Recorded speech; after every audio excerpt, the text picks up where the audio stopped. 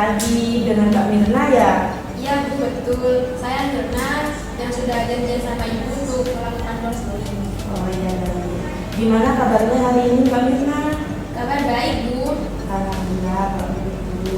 Tadi yang mau kesini sudah sarapan atau belum? Sudah Bu. Kemudian makannya Mbak, minumnya juga sudah? Sudah makan, sudah minum, dan sudah kenyang Bu. Alhamdulillah kalau begitu. Jika belum, Ibu akan menemani Mbak Mirna untuk sarapan terlebih dahulu. Sudah kok Bu, sudah kenyang banget. Oh iya, kalau boleh tahu Mbak Mirna tinggal di daerah mana? Saya tinggal di daerah Kota Galis Bu. Oh, berarti tidak terlalu jauh dong dengan rumah Ibu. Memangnya rumahnya Ibu di mana? Kalau Ibu tinggal di daerah Larangan, tidak terlalu jauh kan? Oh iya Bu, itu dekat dengan daerah rumah saya. Tinggal dengan orang tua atau kos Mbak? Saya tinggalnya sama orang tua Bu. Nah, baik. Sebelumnya Mbak Mirna pernah mengikuti konseling apa belum?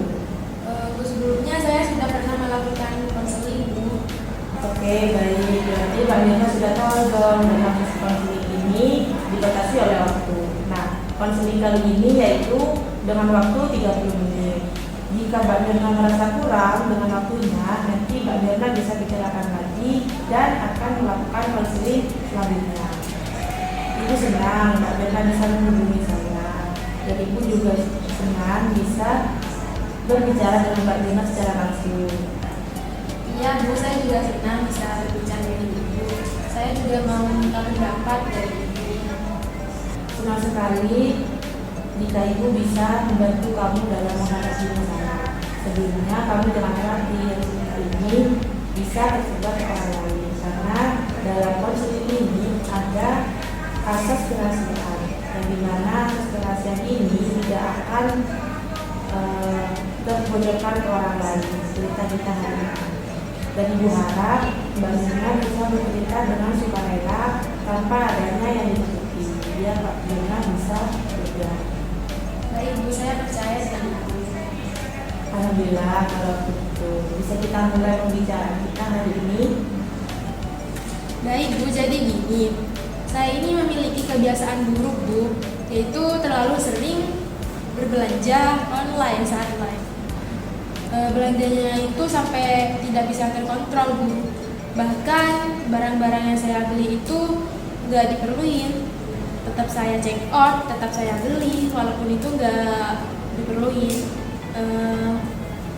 Di suatu waktu ibu saya ini sampai kesel sama saya kalau ada paket yang datang ke rumah. Baik, Ibu bisa menanggapi bahwa Mbak Mirna ini kebanyakan belanja online ya, sehingga membuat ibu kamu merasa kesal dengan kebiasaan kamu yang satu ini. Betul Bu, tangan saya ini merasa gatel bawaannya, mau check out dulu Bu. Kalau boleh tahu barang apa yang Mbak Mirna beli terus? Macam-macam Bu, saya sering liatin live baju, celana, terus saya tertarik untuk beli dan saya pun men-check outnya Bu. Selain baju dan celana, saya juga terlalu sering belanja skincare dan make up. Padahal skincare dan make up saya sudah banyak banget di rumah. Bahkan banyak make up yang double dan gak kepake sama saya, dan akhirnya jadi terbuang make up yang gak kepake itu. Kalau boleh tahu, kan Mbak Mirna masih sekolah atau sudah memiliki pendapatan sendiri? Saya masih sekolah Bu.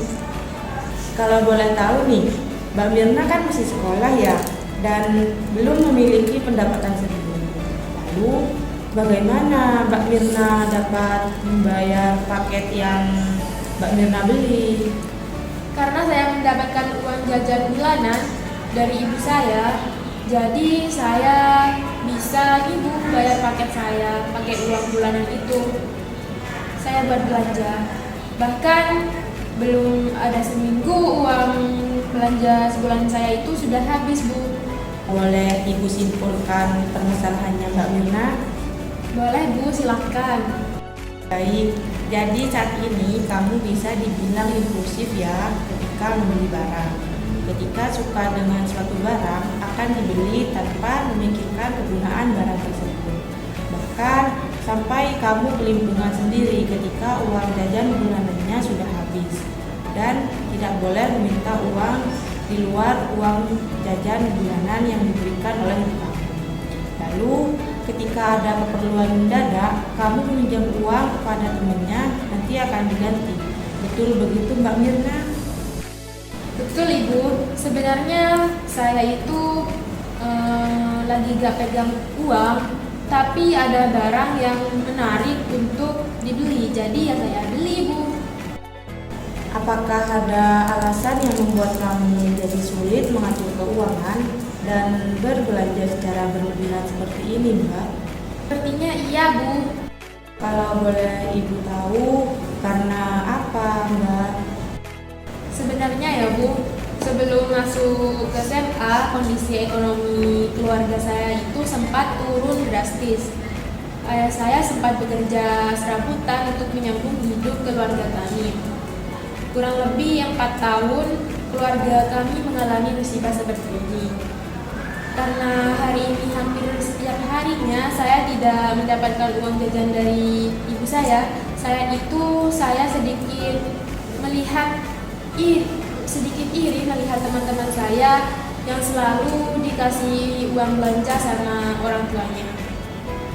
Saya mengerti perasaan kamu seperti apa, Mbak. Berarti selama ini kamu menahan keinginan kamu untuk jajan dan belanja. Iya Bu, sebenarnya saya sangat ingin meminta uang jajan lebih saat itu untuk membeli keperluan saya. Namun saya tahan karena saya mengerti perjuangan ayah saya untuk mendapatkan uang itu susah. Setahun belakangan kondisi ekonomi keluarga saya berangsur baik karena ayah saya keterima di tempat yang lebih baik daripada sebelumnya, hingga saya mendapatkan uang jajan bulanan dari ayah dan ibu. Alhamdulillah, Ibu ikut senang mendengarnya.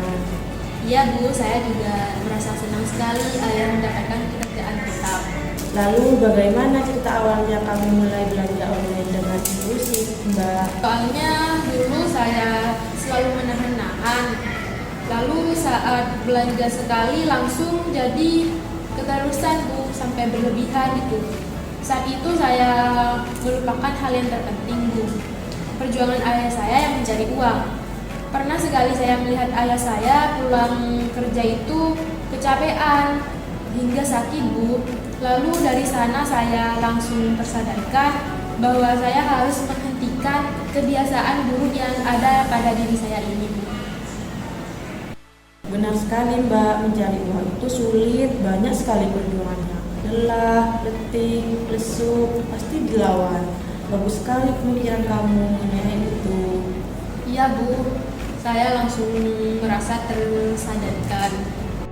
Sebelumnya, tadi kamu sempat bercerita tentang barang yang kamu tetap beli. Namun keadaannya kamu sedang tidak memiliki uang atau sedang akhir bulan dan lagi iri. Kalau boleh Ibu tahu bagaimana pembayarannya? Seperti yang tadi kamu bilang bahwa kamu sedang tidak pegang uang.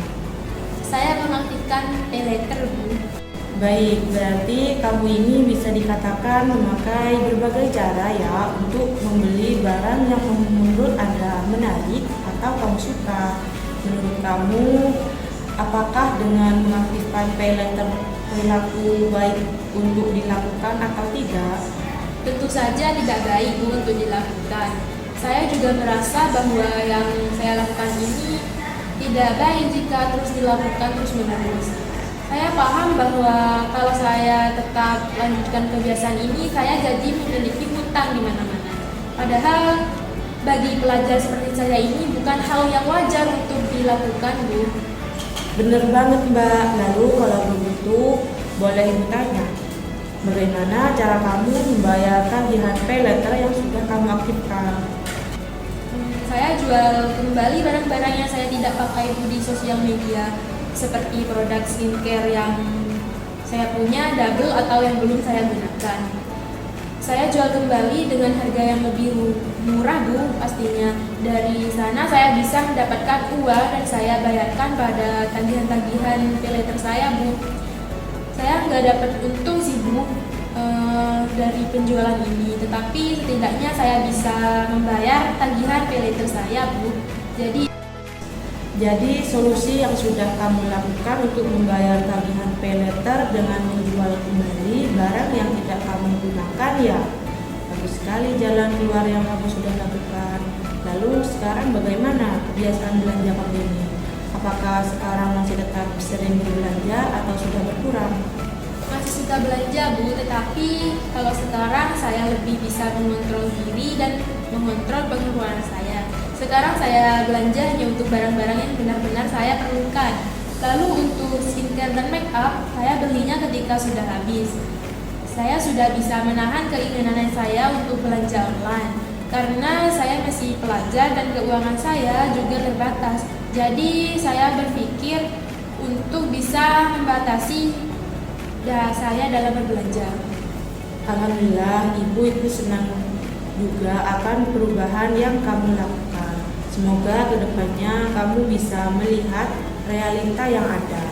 Semoga kamu bisa menjadi pribadi yang lebih baik lagi ke depannya dan bisa menahan keinginan untuk berbelanja barang yang tidak diperlukan. Jika ibu boleh memberikan saran kepada kamu, kamu bisa mencatat kebutuhan-kebutuhan utama kamu setiap bulannya dengan membuat tabel urutan agar kamu bisa mengetahui kebutuhan utama kamu dan tidak membeli barang yang tidak kamu butuhkan kembali.